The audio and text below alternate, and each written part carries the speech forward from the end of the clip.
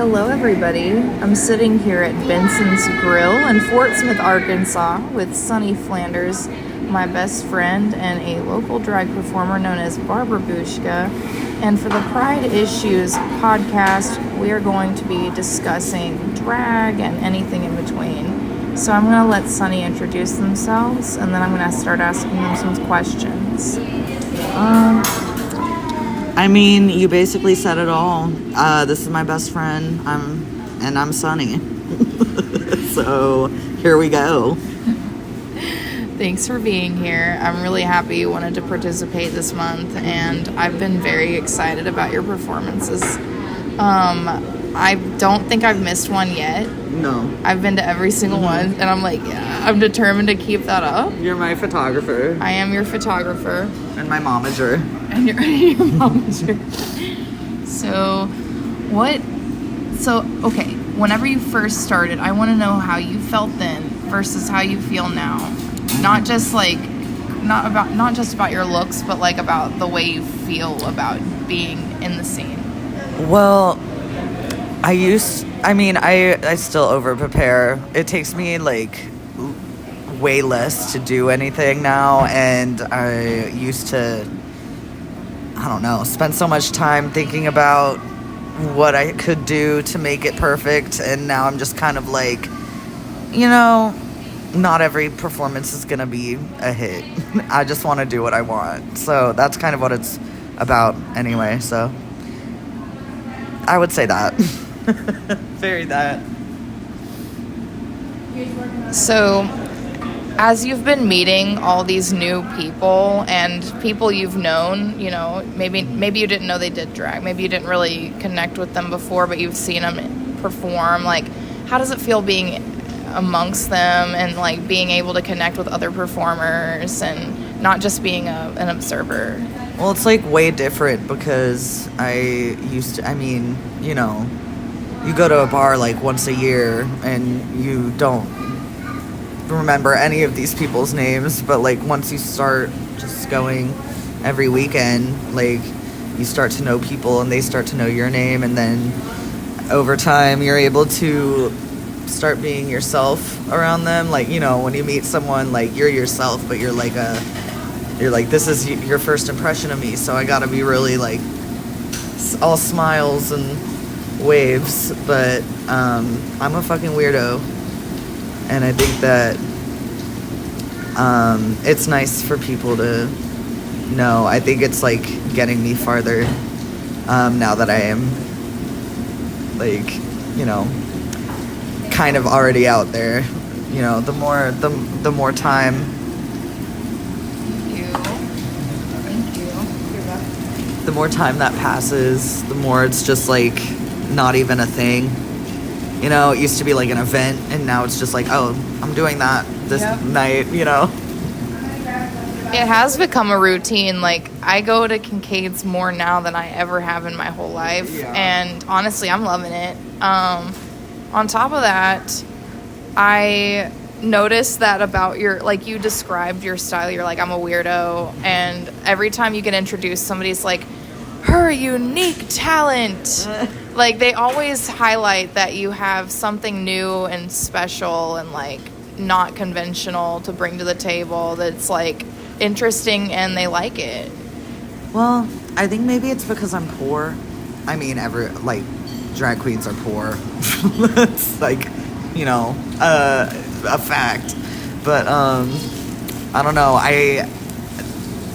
I'm not dropping like hundreds of dollars on like a stoned gown or like a great wig, and I'm just like doing what I can with like what I know how to do. And I think that like anyone who wants to start like any sort of like art form or like creative outlet, just like go for it. Everybody starts somewhere.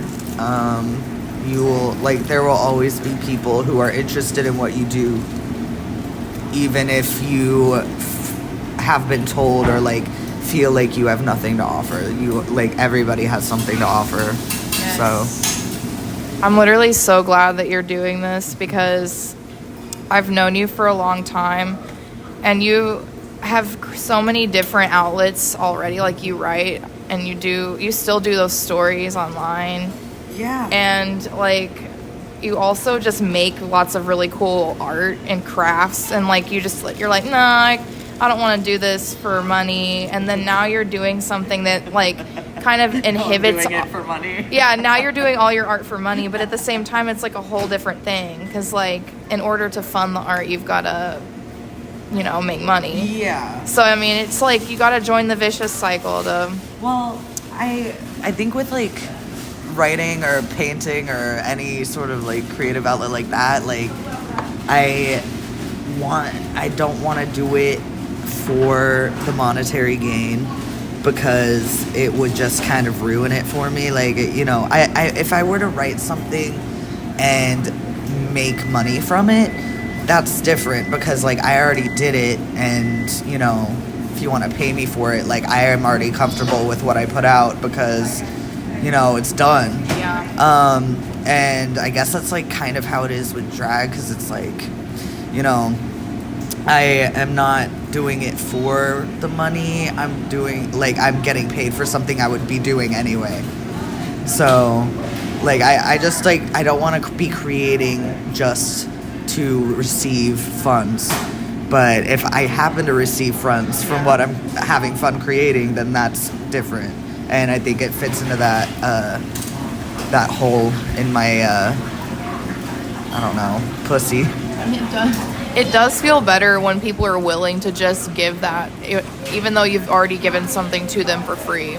Like, it feels like, oh, you appreciated that enough to want to help my thing. Yeah. And it feels like, because I don't like for people to pay for my art. It even makes me feel weird to do commissions and stuff like that.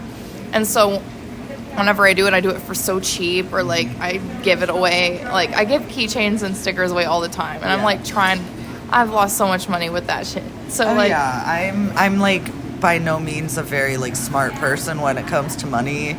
Well, I don't know. It depends on how you define smart. Because I'm, like, really good at sneaking around certain stuff and, like, making sure I get everything I need to get done with, like, very little money. So I think, like, being able to do that does make you smart with money in a way. But also, it's, like, I give myself too much slack, I think, when it comes to certain purchases. Which is fine. The night is young.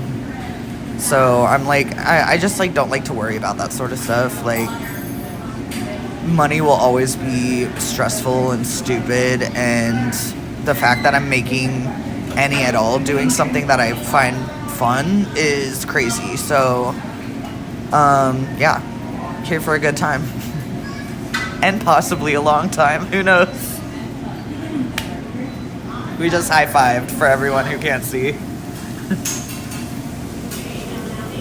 I think, too, whenever you enter something that is so, I don't know, it's so ingrained in the LGBTQIA community, drag, it's like a decades-old legacy of performances and families and inspiration, and, like, I don't know, it's just, like, it's something to really be proud of, to, like, fight for. And what do you think about all that? I think that drag is, like, the same as, it's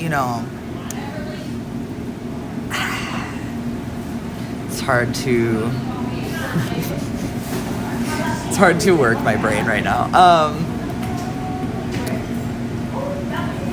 I don't know, it's different for everyone. Like, it's a form of self-expression that is so just, like, I don't know, like, it's like not caring and caring so much at the same time. Like, the effort that people put into it is unmatched by, like, many other professions, and it's all for the sake of being like, I don't care what you say, like, which is really cool.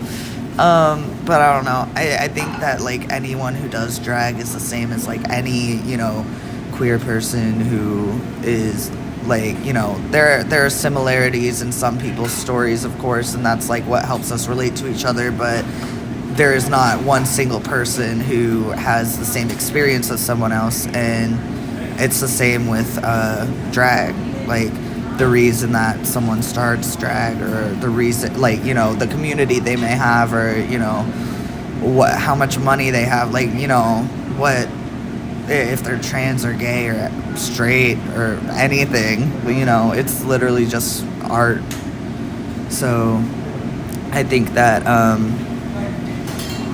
like many things in like this community, it gets like kind of shoved into a box by people who don't understand it, but by the people who do, they understand like how much you know, each individual perspective is important and is like reflected in the work that they do. So I just think it's really cool. Yeah.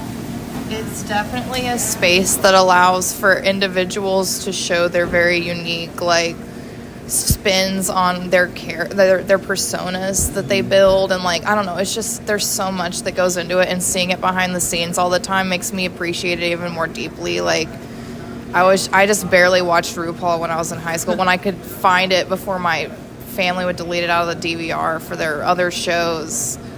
I was like, but then I started going to the shows myself as an adult, and I was like, whoa, I love being able to see this in person. Cool. Like, because for some people it's like an alter ego, or for some people it's like, you know, an extension of themselves. Like, their drag can be inspired by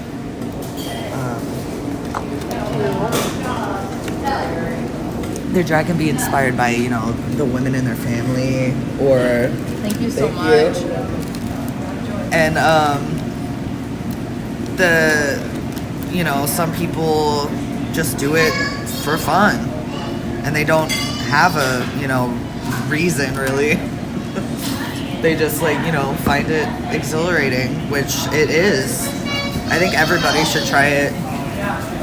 No, yeah, it's definitely something I see. Like, there are so many different types of drag performers at Kincaid's, and I think that's wonderful, because it's like, most of the time you only hear about drag queens. I barely ever saw any drag kings for, it took me a long time. Like, it took me to go to Kincaid's before I saw drag kings or androgynous, like, non-specific performers. And so I'm really happy that exists. And I don't know, it's just like, it really just makes you feel like you can be yourself and be a part of the community whenever you participate in those spaces too. Like, it really has just... Fort Smith is really gay. Like, Fort Smith is... There's so many people here who are a little, you know, fruity. And I love it. I love fruit. I love fruit. I think everyone should try it. Maybe not.